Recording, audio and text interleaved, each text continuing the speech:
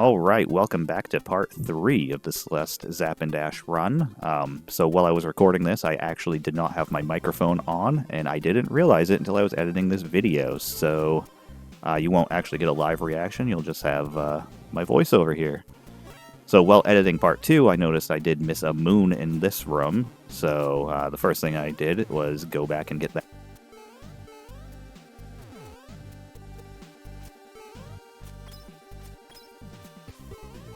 It was right in this room right here. There it is, Moon 21.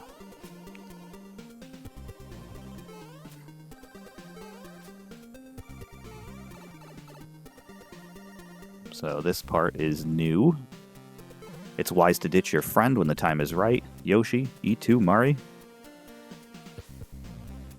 Tap B lightly to dash without grabbing anything midair. So get float a little bit longer. And I didn't dash. So let's do that again.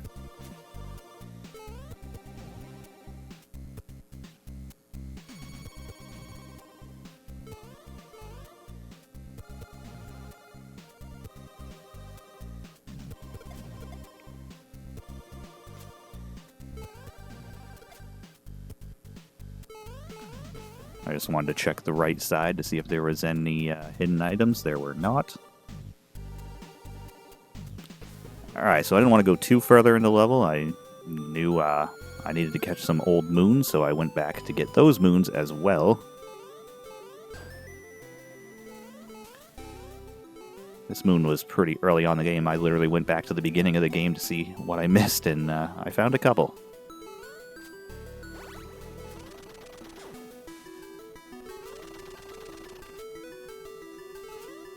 Alright, there's that one. Number 22. I still don't know how to get that exclamation mark, but one day. I figured there was something up top from the start, so there was. And while editing this video, I noticed that there's a moon right below me that I did not see while I was playing the game live, so that's cool. Alright, and now we're back to the new stuff.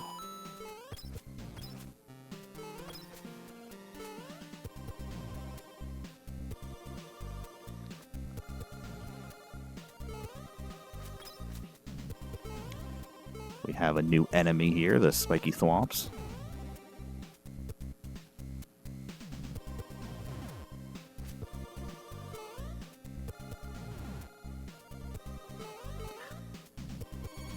Just checking for secrets on this side. I'm not sure why this is there, but I didn't see any secrets.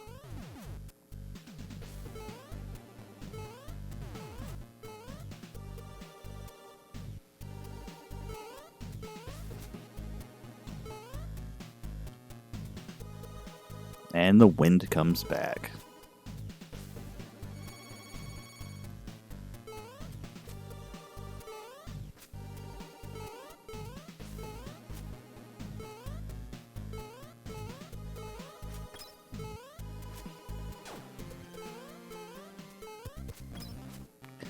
Alright, so I felt like there was a secret up above here, but once I got up there, I did not find anything. It does refill your dash meter, so there is something up there. I just don't know what it was, and yeah, maybe I'll find that out later.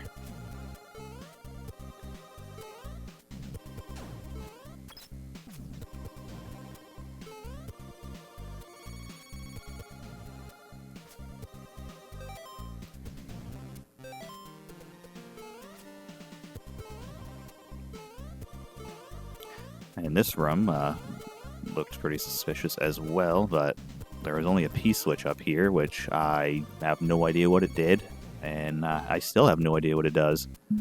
I thought maybe it might activate something in that other room, but it doesn't. Just wanted to make sure that was still active, so I checked this room as well.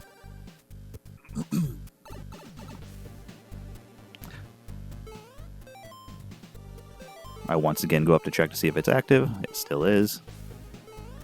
So at this point, I'd go check to see if that hole up here was right. It wasn't. But the P-switch did turn off, so I'm not sure why. I didn't get any moons or anything.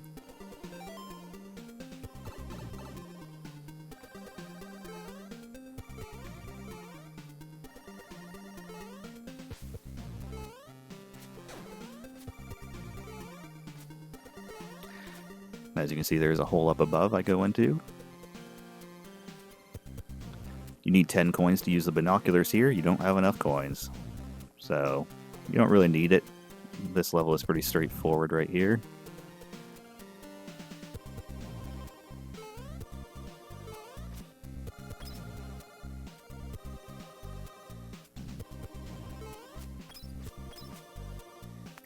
This part was a little hard. I didn't expect the momentum of that to carry me for some reason.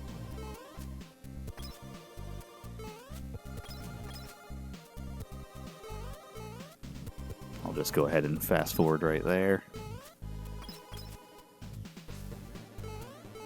because I did that same thing like 3 or 4 times in a row.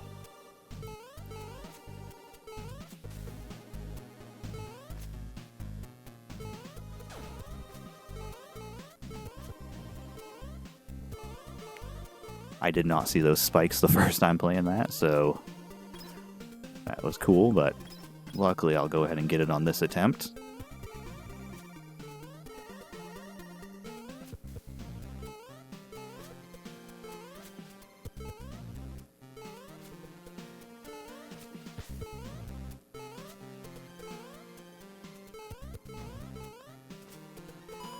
And there it is, the supermoon. So I had 23 moons before that, and with this one it gave me 26, so worth 3 moons, not bad.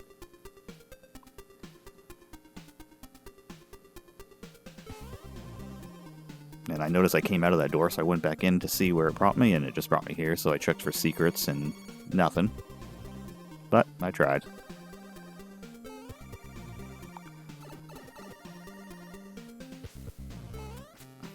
Alright, so this next room, I walk into spikes for some reason.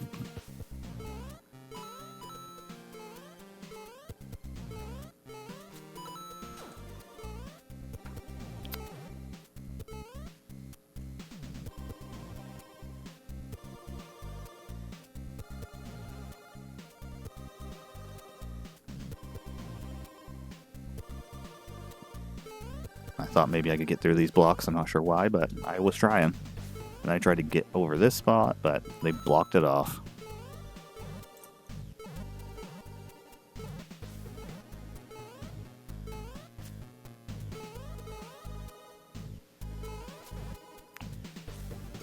And at this spot, I didn't think it through and I got crushed. So let's go ahead and try that again.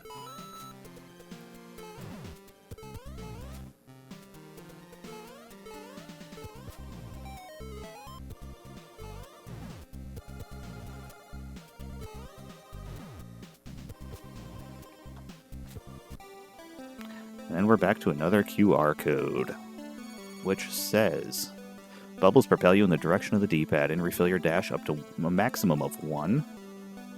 And I scanned this on my phone, and you can see the translation up on the screen. It was Latin, and yeah, it has a pretty interesting message.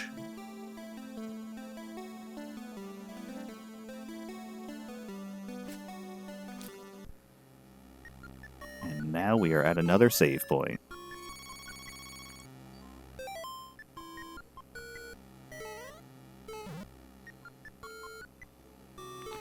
Why are you staring at me? I'm just an info block. Not like I can fire lasers or anything.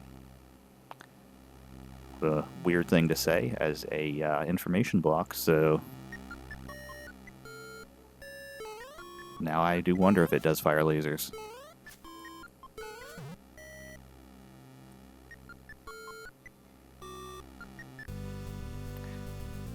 Here we have the funness of bubbles.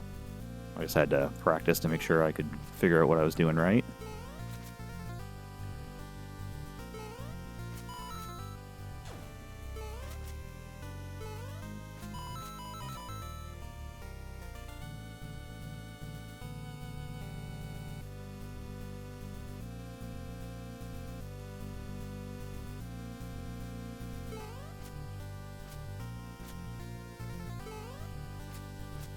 That room was pretty simple with it, but next few rooms get a little tricky. This one is the first puzzle you need to do without touching the ground.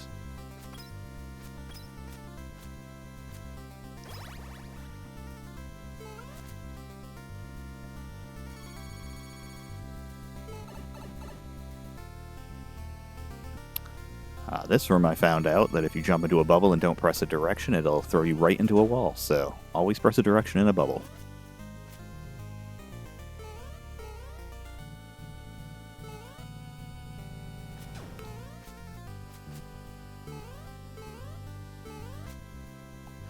Red bubbles propel you infinitely, lest you jump out of them midway. Such a jump carries some propelling momentum.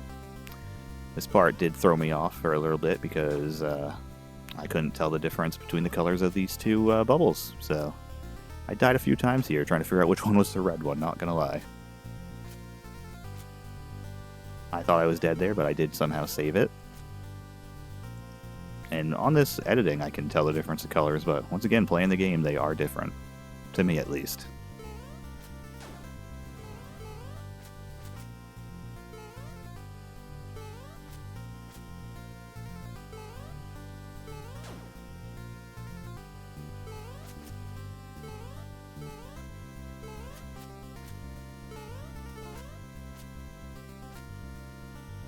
This room added in some bumpers that you can bounce off of.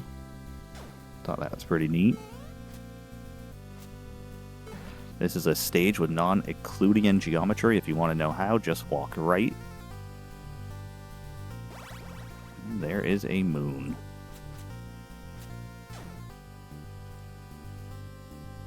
So from here, I wasn't really sure where I wanted to go, so I was going to go this way to check it out, but I don't know, there's a few different paths at this point, so I went back up to this top to see what was going on up here. Which is more precious, stamina or dash? The answer, the less abundant, the more precious. Conserve the one that's harder to replenish. I'm still not sure which is harder to replenish, so anyway, here's good news. Unlike the last spiky stage, there's nothing to hurt you in this room. How challenging could that get? Ha ha ha. So this is a larger puzzle where you have to grab all of these shards without touching the ground. So I looked it over once and gave it a little practice here.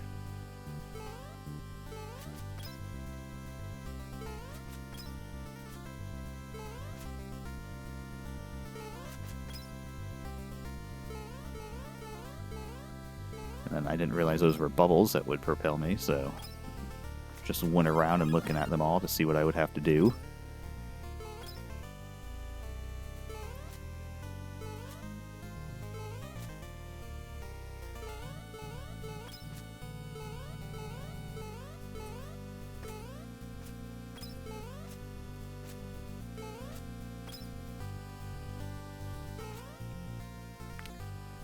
And there's another supermoon right there. And that is where I decided to call it for this part. And so I warp right on back. That is the end of part 3. I haven't recorded part 4 yet, so I will hopefully remember to turn my microphone on when I do record that, and that should be up in a couple days. Thank you again for watching.